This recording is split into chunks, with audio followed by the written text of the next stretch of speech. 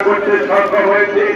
কেরানীগঞ্জ থেকে নির্বাচিত বারবার সংসদ সদস্য, সাবেক এমপি, সাবেক মন্ত্রী জননেতা জনাব আমানুল্লাহ আমান আজকে ঢাকার নির্বাচিত মেয়র, অত্যন্ত সফল মেয়র, সাবেক মন্ত্রী, সাবেক এমপি, 1970 সাল থেকে যিনি নির্বাচিত জনপ্রতিনিধি হিসেবে ঢাকার জনগণের খেদমত করে আছেন জনাব মির্জা আব্বাস উপস্থিত আছেন।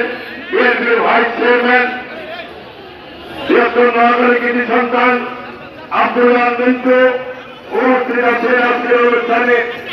এই আপনাদের অত্যন্ত জনপ্রিয় জননেতা, এই শিল্পের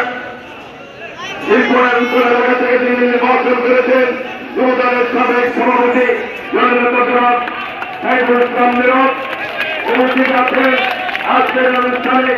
বিএনপির প্রচার সম্পাদক সৈয়দুদ্দিন চৌধুরী আইনি এবং আজকের অনুষ্ঠানে যুবদল, ছাত্রদল, স্বেচ্ছাসেবক দল, শ্রমিক দল, মহিলা দল সহ অন্যান্য অঙ্গ সংগঠন এবং সহযোগী সংগঠনের নেতৃবৃন্দ এবং এই অনুষ্ঠানে উপস্থিত আছে আপনাদের নির্বাচিত সরকার মেয়র কাবিল আহ্বান সহ বিভিন্ন পর্যায়ের নেতৃত্বের আসসালামু আলাইকুম।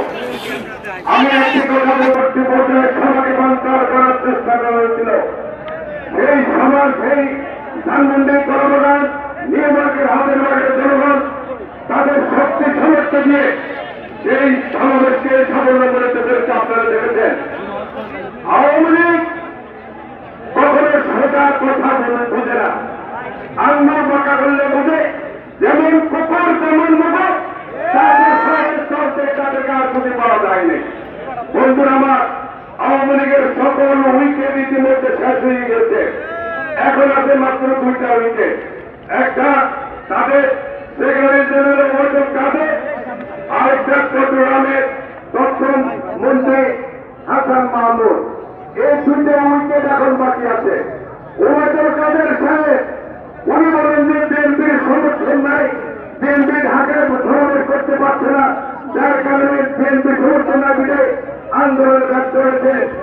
কালকে কিছু পাবেন এইভাবে যদি কখনো বিএনপির নেতা কর্মীদের উপরে পরামর্শে হামলার চেষ্টা করা হয়, আমরা এখন আর বসে থাকার সময় নাই। কারণ হাসিনা বিদেশে অবস্থান করছে। আপনার লক্ষ্য করে দেখেছেন গতকাল, গত পরশু আমরা দেখেছি নির্বাচন কমিশন, এই অবৈধ কমিশন সকল রাজনৈতিক দল ইভিএম এর বিরুদ্ধে বলেছে। তিনি নিজে বসে ইভিএম প্রয়োগ করার ব্যবস্থা গ্রহণ করেছে।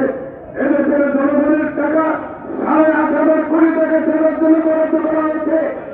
আমরা করতে দিতে চাই বাংলাদেশে কোন ইভিএম দিয়ে কোন নির্বাচন হবে না। তাদেরকে টাকা দায়িত্ব গ্রহণ করতে হবে। এরা জনগণের ট্যাক্সের টাকা, এই টাকা অপচয় করবেন না। কারণ হাসিনার মনের মশলা পূর্ণ করতে আমরা দেব না ইনশাআল্লাহ।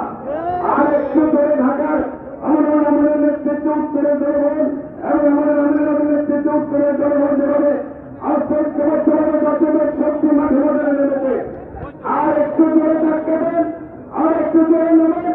হাসিনা আমেরিকার থেকে আসবেন, আমি আপনাদের বলতে পারি। কারণ এরা শেষ থেকে পালিয়ে দেওয়ার চিন্তা ভাবনা করতে হবে। তাই বন্ধুরা আমার, দাবি একটা দাবি ছিল হচ্ছে এই মুহূর্তে হাসিনা পদত্যাগ, কোনো ব্যবস্থা নেই। অবিলম্বে করতে হবে। সরকার জনগণের ভোটের অধিকার বাস্তবায়নের জন্য আমরা যে সহযোগিত সহকর্মীরা লড়াই করে রক্ত দিয়েছেন, আমরা এই রক্তের সাথে মুনাফিকি করতে পারবো না। যার কারণে তৎপরতা সরকার ছাড়া এদেশে কোনো নির্বাচন হবে না। সকলের ধন্যবাদ অভিনন্দন নিয়ে অবিলম্বে হাসিনার পদত্যাগকে দাবি আহ্বান জানিয়ে আমি আমার বক্তব্য শেষ করছি। আল্লাহ হাফেজ। বাংলাদেশ জিন্দাবাদ, জাতীয় দল জিন্দাবাদ, শহীদ জিয়াউর এখন খালেদা জিয়া জিন্দাবাদ, কারেন্দ্রের অঙ্গাত্তার গ্রাম জিন্দাবাদ। সকলকে ধন্যবাদ। আসসালামু আলাইকুম।